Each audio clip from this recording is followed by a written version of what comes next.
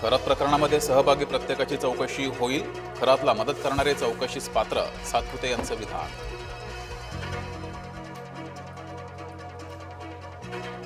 पुढील 1.5 महिन्यामध्ये खरात विरोधातील गुन्ह्यांचा तपास पूर्ण करू, एसआयटी प्रमुख तेजस्विनी सातपुते यांचं वक्तव्य. बोंधू अशोक खरातची मुलगी ही एसआयटीच्या रडारवर. तृप्तबालाची आज एसआयटी चौकशी होणार. सूत्रांची माहिती, तृप्तबालाच्या नावावर कोट्यवधींची मालमत्ता. रवींद्र एरंडेंच्या कार्यालयातून सापाची कात, पक्ष्यांचे अवयव जप्त, अंधश्रद्धेसारखे प्रकार केल्याचा संशय. महिला अत्याचार प्रकरणी व्हिडिओ काढले. एरंडे सध्या अटकेत.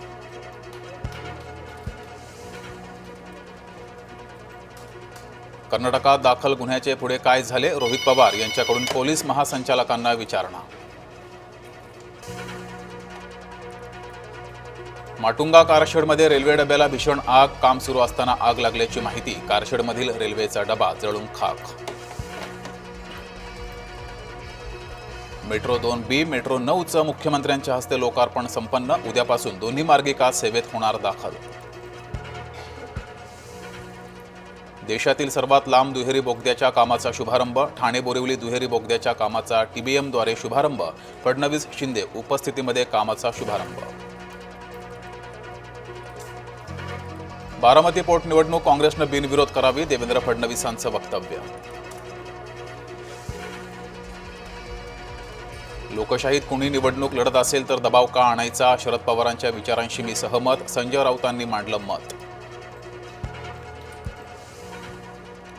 काँग्रेसनं राहुल गांधींच्या भाषेची चिंता करावी, काँग्रेसच्या शेरेबाजीला राष्ट्रवादीचं उत्तर. काँग्रेसवरील टीकेनंतर पार्थ पवारांवर काँग्रेसचा पलटवार, तर भाषणही न देता येणाऱ्यांना डाऊनफॉल बाबत न बोललेलं बरं. बारामतीवरून पार्थ पवार काँग्रेस आमने सामने. देशाच्या प्रगतीत काँग्रेसचा हात, काँग्रेसचं योगदान आपण विसरू शकत नाही.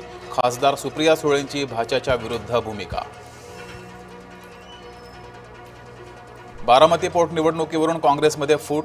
सुनेत्र पवारांविरोधात उमेदवार दिल्यानं काँग्रेसमध्ये नाराजी. काँग्रेसमध्ये 2 गट पडल्याचं चव्हाट्यावर. भंडाऱ्यामध्ये सिलेंडर बुकिंगचा भोंगळ कारभार. OTP न सांगताच भलत्यालाच सिलेंडर दिला जात असल्याचा आरोप. भंडाऱ्याच्या HP गॅस एजन्सीचा ढिसाळ कारभार समोर. LPG सिलेंडरबाबत राज्य सरकारचा मोठा निर्णय. ज्या भागात PNG सुविधा उपलब्ध तिथं पाईप गॅस वापरणं बंधनकारक. मुंबई विजय दुर्ग रोरो सेवा स्थगित. इंजिनातील बिघाडामुळे सेवा स्थगित. नाशिकमधील वृक्षतोडीला राष्ट्रीय हरित लवादाकडून स्थगिती. सर्व भागातील वृक्षतोडीला 28 एप्रिलपर्यंत स्थगिती. एअर इंडियाचे CEO कॅम्पबेल विल्सन यांचा राजीनामा. अहमदाबाद विमान अपघाताच्या अहवालानंतर पद सोडणार. सप्टेंबर 2027 पर्यंत होता कार्यकाळ. आणि तामिळनाडूमध्ये 9 पोलिसांना फाशीची शिक्षा. कोविड काळात दुकान उघडल्यानं वडील मुलाला घेतलं होतं ताब्यात. पोलीस कोठडीत छळ करून हत्या केल्याचा आरोप.